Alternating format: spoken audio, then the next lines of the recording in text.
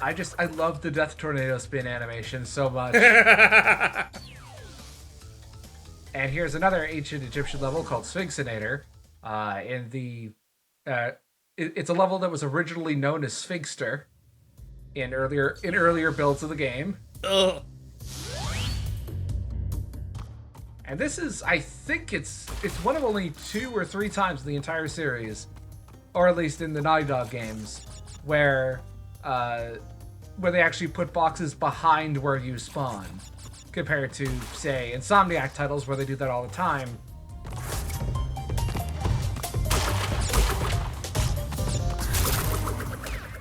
That particular set of boxes has a very interesting purpose in time trials for Sphinxinator. Again, I'm still not 100% sure on the levels I will show off, but it's probably Sphinxinator is going to be one of the levels I show off in time trial. Now, unfortunately I died here, but the good news is that because I want to show off this alternate path, and it ends up merging with the regular path at about that exact point anyway, so that was just a happy coincidence. Gotcha. Oh, monkeys. Yeah, the lab assistant mummy that happened there, that actually it has one of the more horrifying death animations in this game, which we'll see later. And since this was an alternate take, Iron Checkpoint is there if you need it.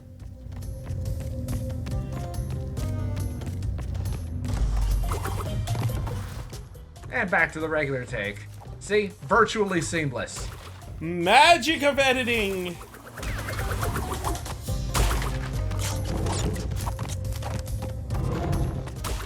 So this level also has a gem route with the blue gem. I forget which level we got the blue gem in.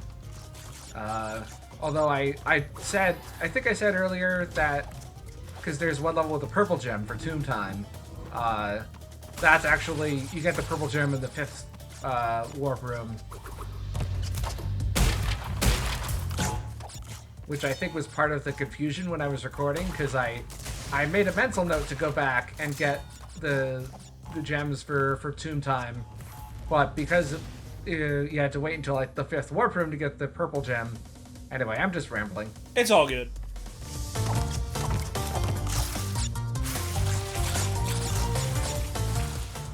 I love how she skates on the grease.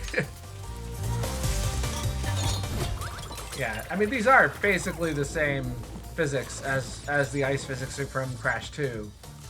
I think it was also how it worked in the original. In the Sane Trilogy, it's definitely the same.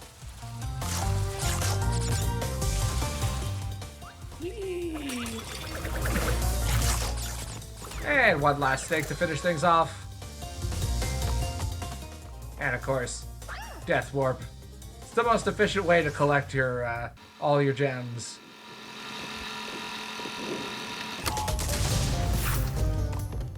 So these spikes coming out of the ground here, it's weird. Like if you jump on top of them, obviously you take damage. But when they're in that first, like the first phase, where they're only halfway through the ground, if you touch them there, you'll also take damage, but not when they're completely out. It's strange. Huh. And I think this is the only level in the game where they show up. I think there might be one of the Egyptian levels later on that does that.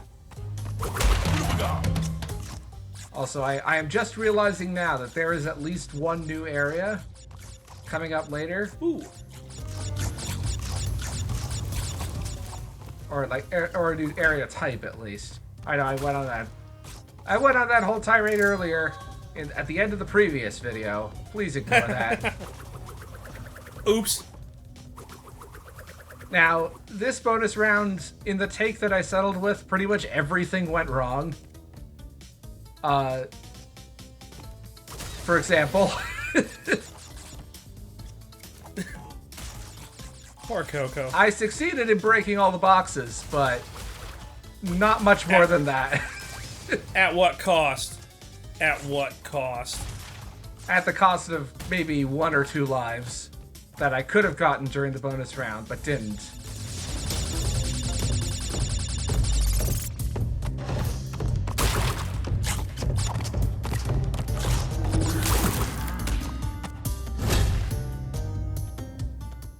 You almost feel bad for him.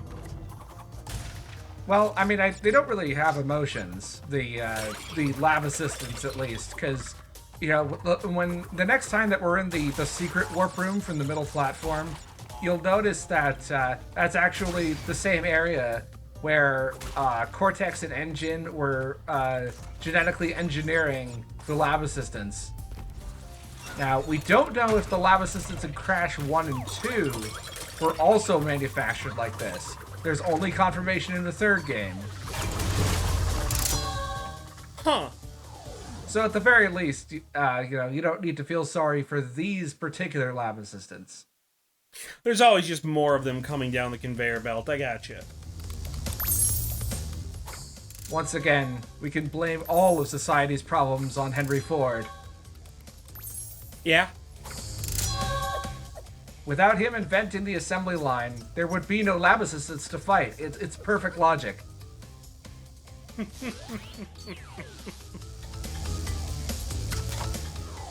Oh, I'm sure the thread is going to love this one. The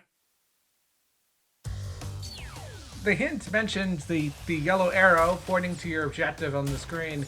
You'd think that would be the kind of thing that would be added later as a quality of life feature, but no, that was in the original too. Same thing for the biplane levels. Huh. And in the biplane levels, the arrow points you towards the nearest blimp, or, well, no, there's another type of aircraft in the other plane level, but... Okay, that seagull, I wasn't really able to show it off, but it actually is an enemy, sort of. It has a very strange pattern. It was like that in the original too. I don't quite know how to describe it. It's like... I don't know, it's weird. If it's in the air, it will grab you, but you can also run towards it so quickly that as long as you break the box and don't have to double back, you'll be in the clear. I don't know. Interesting. It doesn't seem like that enemy was finished properly. It's hard to read. Like it's not behaving the way that it's supposed to, yeah. Just like a real seagull. It all makes sense now. This seagull seems entirely too smart to us. I'm sorry, I have no idea. I have no idea how to get those 3 lives. Maybe I'll look it up later. Because they're out of bounds. They're just there to watch. Yeah, that's their kink. They like to watch. The first known example of video game one-up cuckoldry. Oh! Hey, don't king shame the one-ups.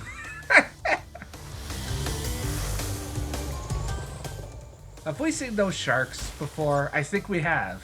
I'm pretty sure we have. Yeah, basically they patrol a specific part of the level, and you just have to drive in the other direction, because they will home in on you as they see you, as soon as they see you. Just, look at that. It's just, I mean, yes, it was bad in the original too, but it was also bad for different reasons. It felt bad in a different way. This is literally just space to make you turn around and go back and get that other one. Yeah. There's a one-up underneath the water that you can't get. Well, you can, actually, if you use a specific type of trick. Of course, I completely missed it, but my point still stands. There we go. Hey! So it's there are 4 directions, 4 different types of tricks.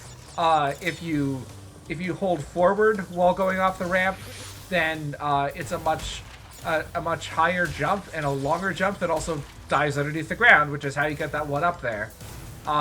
If you trick either left or right, then it will curve like a curveball, and if it's down, then it's short. The jump always comes up short when you use the down trick, which is actually, there are some jet ski levels later on that will deliberately put objects in your path so that you will blow up unless you use the down trick.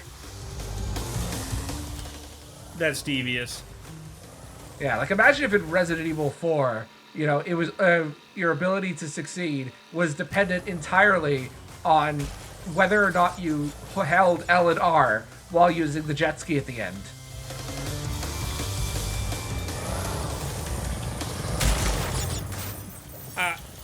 Yeah. Been a while since I played that sequence, but yeah, it's yeah, there's a lot of layers to this specific level. Yeah, it was at this point I realized I was missing a couple boxes. Thankfully, there's no restriction on where you can backtrack at all. This area is open-ended to a fault. Huh.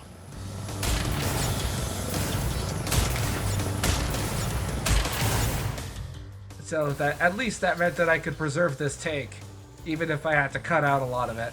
Yeah. There's no sorry buddy, you missed a few, get you off to play the whole damn frustrating level again. Yeah. There is what is probably my least favorite level in Crash 3 is one of the secret levels that's a jet ski that is a huge open area. It's just awful because the level design was never meant to be non-linear. It's just it's just a horrible experiment gone wrong, much like Crash himself, the character, not the franchise.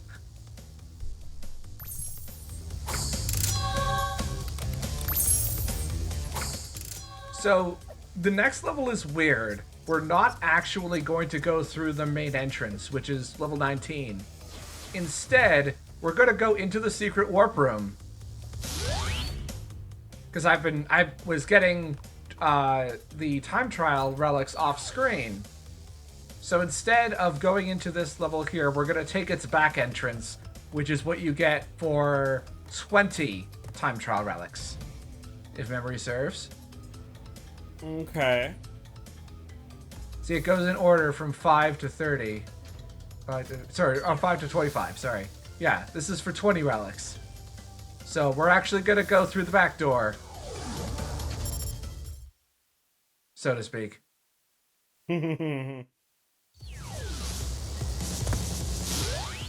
So this is the actual last new area in the game, I think. Let's just say it is. There are some futuristic levels, including there's one piece of DLC that is entirely original. It's a brand new level, and it uses this area. Or this type of area, the futuristic city. Gotcha. Kind of a cool layout.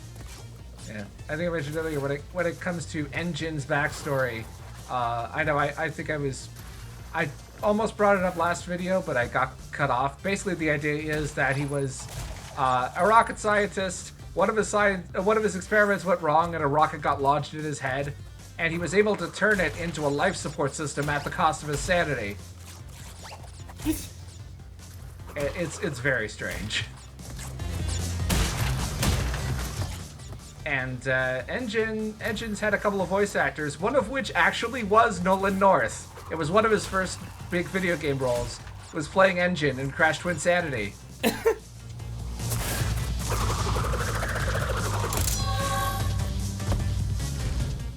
That's why we came here, for that extra gem. And also because you kind of need to do a bunch of backtracking anyway, in order to get the clear gem. Since, I mean, there were a bunch of boxes. Also, we now have to go through this entire 2D section backwards. Go all the way to the entrance, essentially. Oof.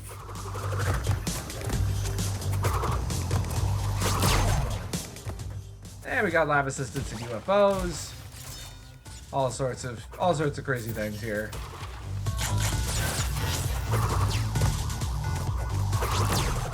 Don't worry, you only have to see this section once. I'm gonna fast forward after we're done going back for the boxes. It would be nice if the bonus entrance just dropped you at the beginning. That would be too convenient. It would miss the point of having It would miss the point of having the secret entrance, so you then have to backtrack through the level like two or three more times. I keep forgetting these are Crash Bandicoot games.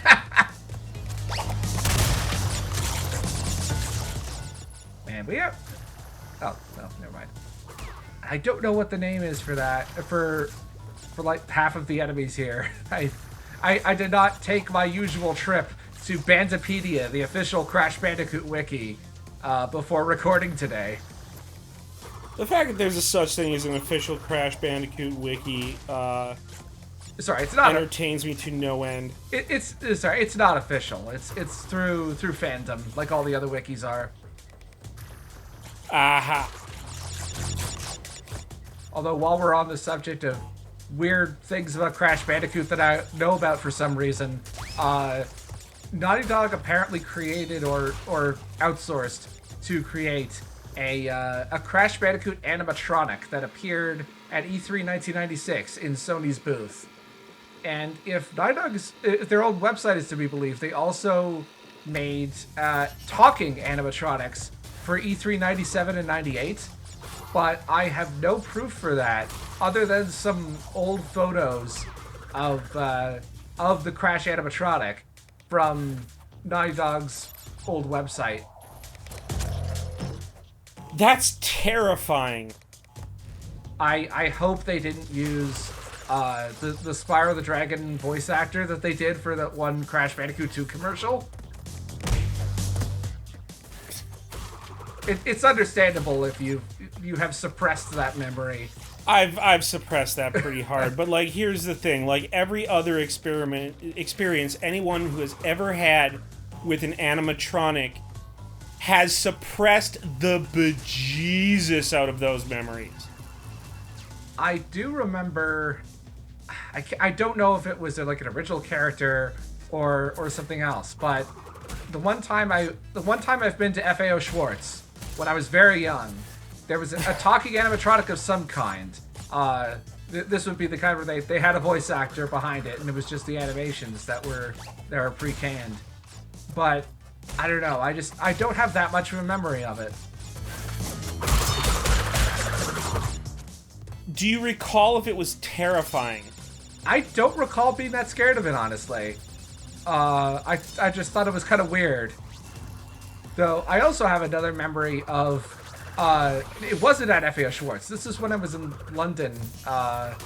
Again, I was very young. I was at another toy store. We were getting a Build-A-Bear for my sister, and there was a video game section there.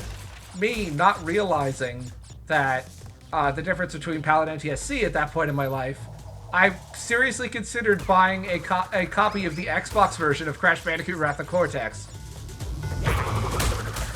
Not realizing it would have been UK. Yeah. Yeah, and forgetting that I didn't have an Xbox. I don't know why I would have bought it anyway, but it's wrong region and the wrong console, but otherwise I was totally down for it. I'm very excited to own this thing that I can't use.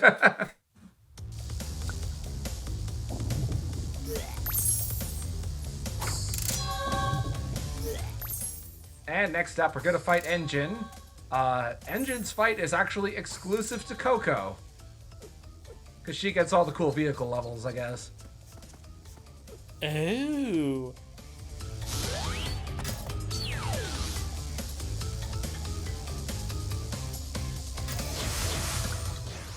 Alright, Coco. You go, girl. You know, I was afraid I was gonna run out of things to say for the last two videos, but then it turns out all I just have to do is go on weird tangents about things I did when I was 12. That's how everybody does it, man. it just works that way. Yo, it's Voltron! Yep, we're taking on Voltron Engine in a spaceship that never shows up again. But I really like this fight. Although I discovered when getting footage of the PlayStation version of this fight that I'm absolutely terrible at it in the original. This one I'm okay. But I don't know why. It's kind of like with the Tiny Tiger fight in 2. I'm just inexplicably bad at it for no real discernible reason. Does it lack a reticle on the original version? No, it actually has a very distinct and bright targeting reticle. Huh. I think the main reason that there was no reticle was that there's no way to aim your shots like it is during this fight. Like, everything that you shoot when you're in the plane, that goes dead center in the middle of the screen. And I guess they figured that, you know, with the PlayStation being as low res as it was, they didn't want to mess up the screen with the targeting reticle when everything is dead center. I don't know. Anyway, engine has a second phase, but we also have a second phase. Look, it's Pura!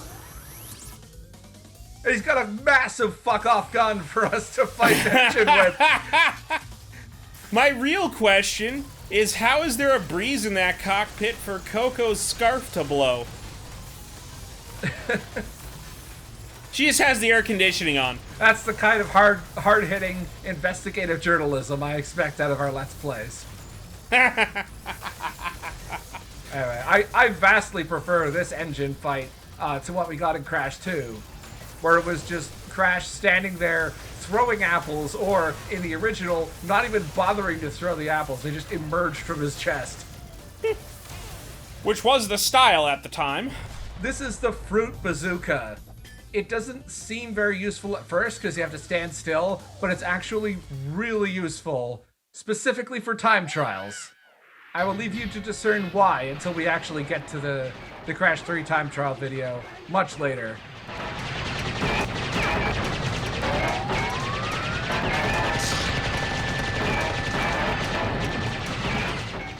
Anyway, I cut about 5 minutes of this fight because I'm absolutely awful at it. And it's only the PS1 version that does that, too. Bandicoot moon landing faked. I'm sure whoever the Bandicoot equivalent is of Stanley Kubrick did an excellent job faking the moon landing.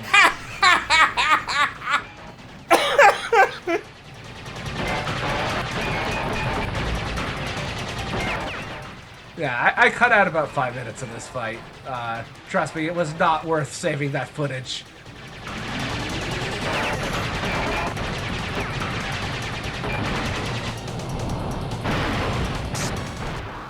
Pretty bog standard 3D on-rails shooter. It was a lot more impressive when you were 9 years old, and this is the first thing. Oh, yeah. Yeah, this is the first kind of space fight that you've ever played.